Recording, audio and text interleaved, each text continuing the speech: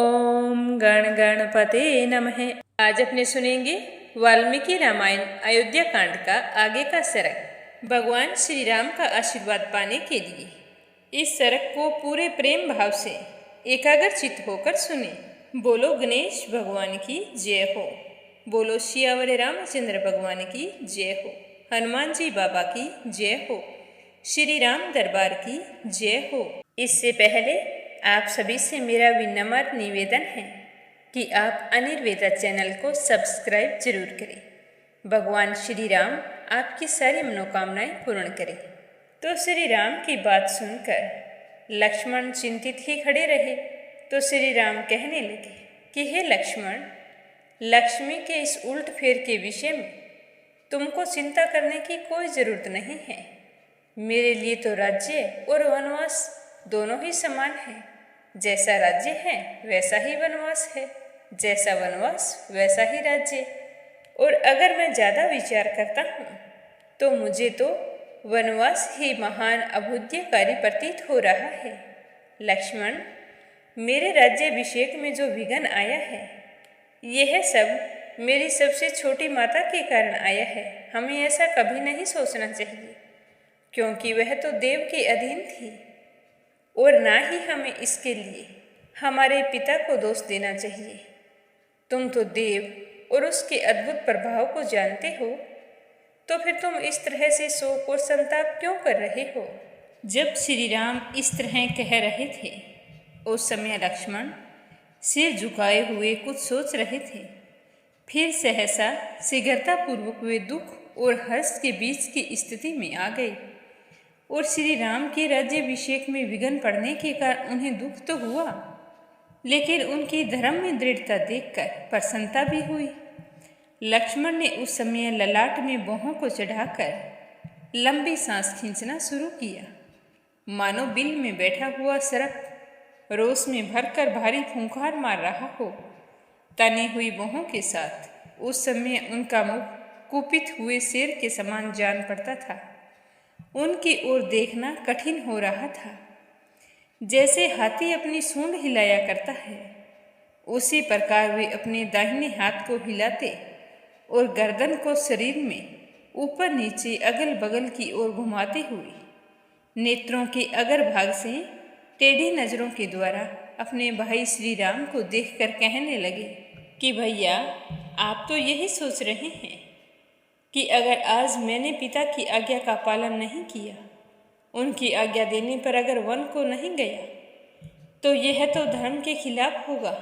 और जब लोगों को इस बात के बारे में पता चलेगा तो उनके मन में महान शंका खड़ी हो जाएगी कि जो पिता की आज्ञा का उल्लंघन कर सकता है, यदि वह राजा बन जाता है तो हमारा धर्म पूर्वक पालन कैसे करेगा? साथ ही मुझे लगता है कि आप ये भी सोचते हैं कि यदि मैं पिता की आज्ञा का पालन नहीं करूँगा तो मेरा देखी देखी सारी प्रजा भी अपने पिता की आज्ञा का पालन नहीं करेंगे। तो इस तरह से तो धर्म की अवहेलना हो जाएगी, जिसके कारण जगत में विनाश का भय उत्पन्न होगा। इन सब दोषों और शंकाओं का निराकरण करने के लिए आपके मन में वन जाने के प्रति जो यह बड़ा भारी उतावलापन आ गया है, यह सर्वथा अनुचित एवं भ्रममूलक ही है, क्योंकि आप असमर्थ देव नामक तुच्छ वस्तु को प्रबल बता रहे हैं। देव का निराकरण करने में समर्थ आप जैसा क्षत्रिय शिरोमणि वीर यदि भ्रम में नहीं पड़ गया होता तो ऐसी बातें वो कैसे कर सकता था? अतः असमर्थ पुरुषों द्वारा ही अपनाए जाने योग्य और पुरुष के निकट कुछ भी करने में असमर्थ देव की आप इतनी प्रशंसा नहीं करते। आप तो प्रशंसा और स्तुति कर रहे हैं। क्या ये सही है? हे श्री राम, आपको उन दोनों पापियों पर संदेह क्यों नहीं होता? संसार में कितने ही ऐसे पाप आसक्त मनुष्य हैं जो दूसरों को ठगने के लिए धर्म का ढोंग बनाए रखते हैं। क्या आप उन्हें नहीं जानते हैं? हे भैया, वे दोनों अपना स्वार्थ सिद्ध करने के लिए धर्म के बहाने आप जैसे सच्चरित्र पुरुष का परित्याग करना चाहते हैं।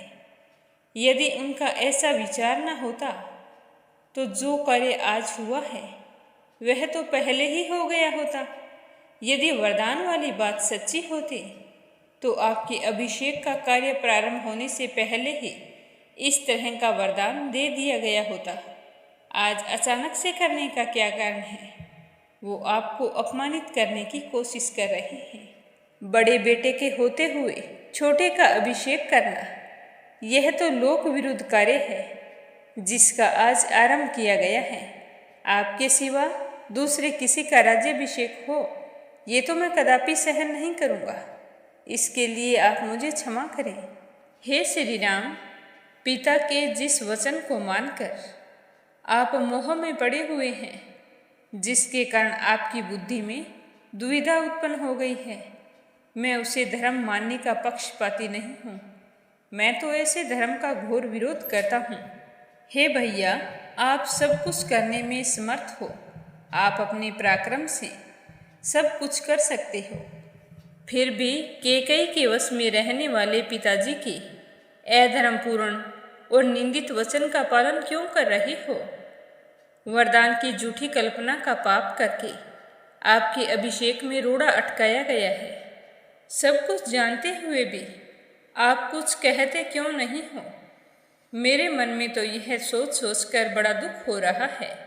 मैं तो ऐसे कपटपूर्ण धर्म की निंदा करता हूँ।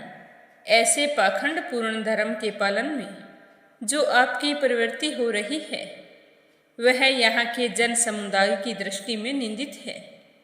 आपके सिवा दूसरा कोई पुरुष सदा पुत्र का अहित करने वाले, माता पिता नामधारी, उन काम आचारी दुश्मनों के मनोरथ को मन से भी पूर्ण कैसे कर सकता है?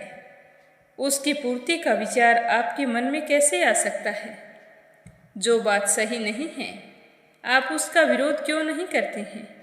यह कहाँ का धर्म है और कहाँ का न्याय है?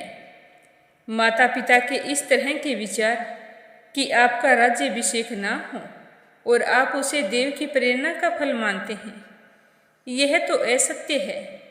धर्म के नाम पर झूठ बोल रहे हैं। मुझे ये बिल्कुल भी अच्छा नहीं लगता। भैया, मुझे तो आपसे यही कहना है कि आप भी इसकी उपेक्षा कर दीजिए और अपना वन में जाने का फैसला बदल लीजिए। हे श्री राम, जो कायर होते हैं, जिनमें पराक्रम का नाम नहीं होता, वही देव का भरोसा करते हैं। सारा संसार जिन्हें आदर की दृष्टि से देखता है, वे शक्तिशाली वीर पुरुष देव की उपासना कभी नहीं करते। तुम सब कुछ जानकर भी अनजान क्यों बन रहे हो? जो अपने पुरुषार्थ से देव को दबाने में समर्थ हैं, वह पुरुष देव के द्वारा अपने कार्य में बाधा पड़ने पर खेद नहीं करता, स्थिर होकर नहीं बैठता है। आज संसार के लोग देखेंगे कि देव की शक्ति बड़ी है या पुरुष का पुरुषार्थ। आज देव और मनुष्य में कौन बलवान है और कौन दुर्बल है, इसका स्पष्ट निर्णय हो जाएगा। आगे क्या हुआ, यह सुनेंगे कल के सरग में। प्रेम भाव से सुनने के लिए आप सभी का बहुत बहुत धन्यवाद। प्रेम से बोलो सियावर रामचंद्र भगवान की जय हो।